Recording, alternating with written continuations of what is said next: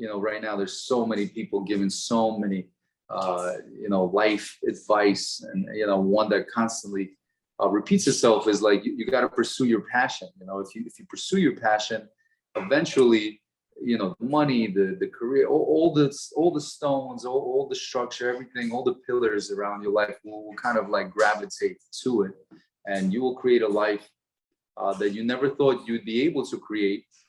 But a lot of it will be around this passion that you have. I was raised with this kind of mantra of how you do anything is how you will do everything.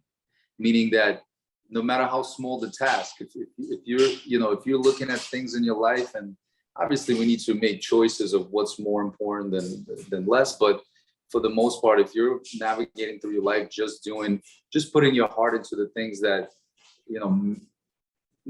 matter to you, if you will, all the time. I don't think that's the recipe to success. Sometimes, a chore that my parent gave me was important for me to fulfill to the greatest ability that I could do so, right? Because it's not about the chore as much as it is about my approach to it, right? It's not about the issue or the I guess the goal in a way, right? Because we are, we want to be goal oriented. We want to set benchmarks for ourselves, but those benchmarks and goals vary all the time, and one is not more important than the other. You need to approach every task, every goal, every objective with the same passion and the same focus and discipline as you do to something that you value more than anything. So one of the examples, obviously, and that will set you up also as a human that's navigating through the reality of the ups and downs in life,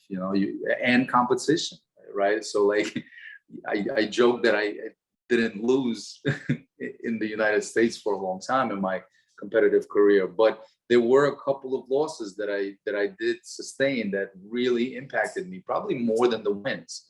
They taught me the most. Sometimes the more difficult times teach us the most. And so that's why it's less about the task at hand and more about the individual and their approach to everything that they do. One of the reasons why I was passionate is because I also had a solid process in place. My brother was my coach, along with the fact that he also was pursuing dance. So I was looking at him, and drawing a lot of confidence in my choice to pursue this passion, because I was like, well, he's doing it, and I want to be a part of this. Like, I want to, I'm not trying to follow his footsteps, but in a way, I definitely don't mind being next to my brother as long as I can be. We get to hang out, we get to travel the world together, we get to compete together. I mean, because of the age difference, we competed in different categories, but I got to root him on, he got to root me on. And before the world knew what ballroom dance was, in America at least, this American kid was traveling to Europe and winning these titles, like, honestly, like the Jamaican bobsled team, if you're familiar with that example. It's not something that you see every day. And so I was that kid, and that too drove me, right? Because, that feeling of being an outsider is scary, but then when you just kind of like embrace it, it almost kind of becomes exciting.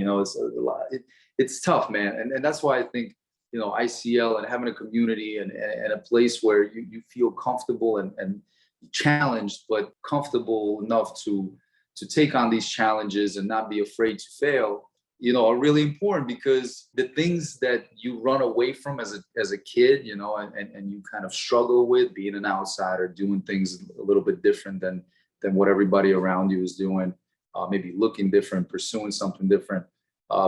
All of those exact things will make you into an incredible adult.